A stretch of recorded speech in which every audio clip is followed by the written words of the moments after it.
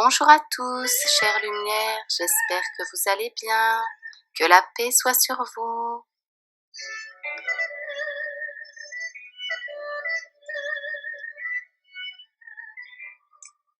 Du jugement et des peines des pécheurs.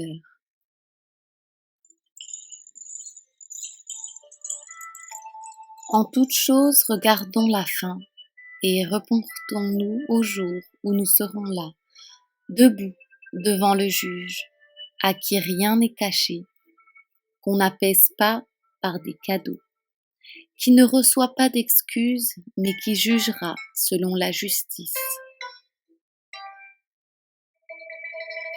Pécheurs misérables et insensés, que répondrons-nous à Dieu qui sait tous nos crimes, nous qui tremblons quelquefois à l'aspect d'un homme irrité?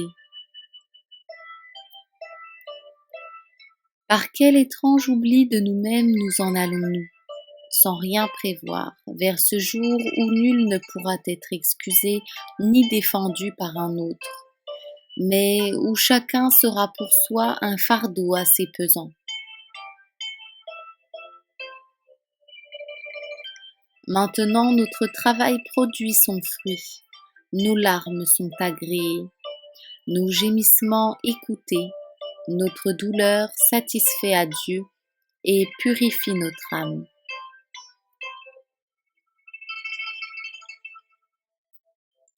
Il y a ici un grand et salutaire purgatoire pour l'homme patient qui, en butte aux outrages, s'afflige plus la malice d'autrui que de sa propre injure, qui prie sincèrement pour ceux qui le contristent et leur pardonne du fond du cœur, qui, s'il a peiné les autres, est toujours prêt à demander pardon, qui incline à la compassion plus qu'à la colère, qui se fait violence à lui-même et s'efforce d'assujettir entièrement la chair à l'esprit. Il vaut mieux se purifier maintenant de ses péchés et retrancher ses vices que d'attendre à les expier en l'autre vie. Oh, combien nous nous trompons nous-mêmes par l'amour désordonné que nous avons pour notre chair. Que dévorera ce feu, sinon nos péchés? Plus nous nous épargnons nous-mêmes à présent, et plus nous flattons notre chair, plus ensuite notre châtiment sera terrible, et plus nous amassons pour le feu éternel. L'homme sera puni plus rigoureusement dans les choses où il a le plus péché. Là, les paresseux seront percés par des aiguillons ardents, et les intempérants tourmentés par une faim et une soif extrême. Là, les voluptueux et les impudiques seront plongés dans une poix brûlante et dans un soufre fétide. Comme des chiens furieux, les envieux hurleront dans leur douleur. Chaque vice aura son tourment propre. Là, les superbes seront remplis de confusion et les avares réduits à la plus misérable indigence. Là, une heure sera plus terrible dans le supplice que 100 années ici dans la plus dure pénitence. Ici, quelquefois le travail cesse ou se console avec ses amis. Là, nul repos, nulle consolation pour les damnés. Soyez donc maintenant pleins d'appréhension et de douleur pour vos péchés, afin de partager au jour du jugement la sécurité des bienheureux. Car les justes alors s'élèveront avec une grande assurance contre ceux qui les auront opprimés et méprisés. Alors se lèvera pour juger celui qui se soumet aujourd'hui humblement au jugement des hommes. Alors l'humble et le pauvre auront une grande confiance, et de tous côtés l'épouvante environnera le superbe.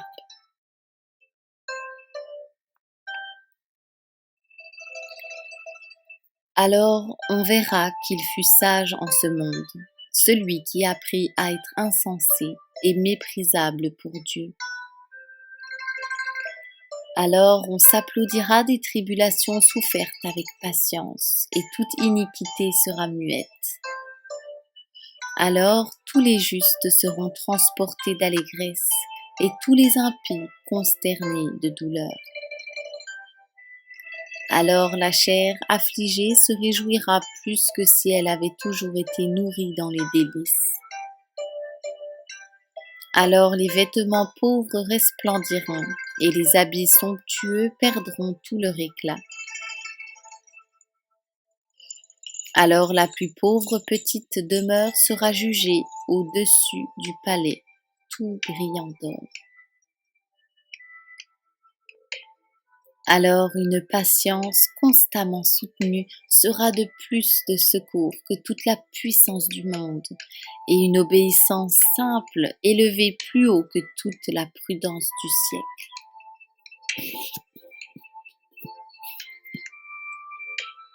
Alors on trouvera plus de joie dans la pureté d'une bonne conscience que dans une docte philosophie. Alors le mépris des richesses aura plus de poids dans la balance que tous les trésors de la terre. Alors le souvenir d'une pieuse prière vous sera de plus de consolation que celui d'un repas splendide. Alors vous vous réjouirez plus du silence gardé que de longs entretiens. Alors les œuvres saintes l'emporteront sur les beaux discours. Alors nous préférerons une vie de peine et de travail à tous les plaisirs de la terre. Apprenons donc maintenant à supporter quelques légères souffrances afin d'être alors délivrés de souffrances plus grandes.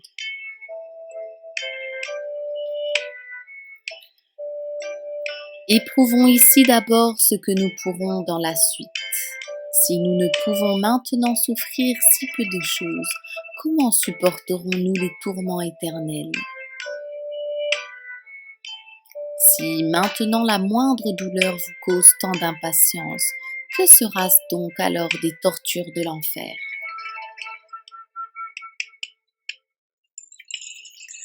Si nous avions vécu jusqu'à ce jour dans les honneurs et les voluptés, de quoi cela nous servirait-il s'il nous fallait mourir à l'instant? Donc tout est vanité, or aimer Dieu et le servir lui seul. Car celui qui aime Dieu de tout son cœur ne craint ni la mort, ni le supplice, ni le jugement, ni l'enfer, parce que l'amour parfait nous donne un sûr accès auprès de Dieu. Mais celui qui aime encore le péché, il n'est pas surprenant qu'il redoute la mort et le jugement. Cependant, si l'amour ne nous éloigne pas encore du mal, il est bon qu'au moins la crainte nous retienne. Celui qui est peu touché de la crainte de Dieu ne saurait longtemps persévérer dans le bien, mais il tombera bientôt dans les pièges du démon.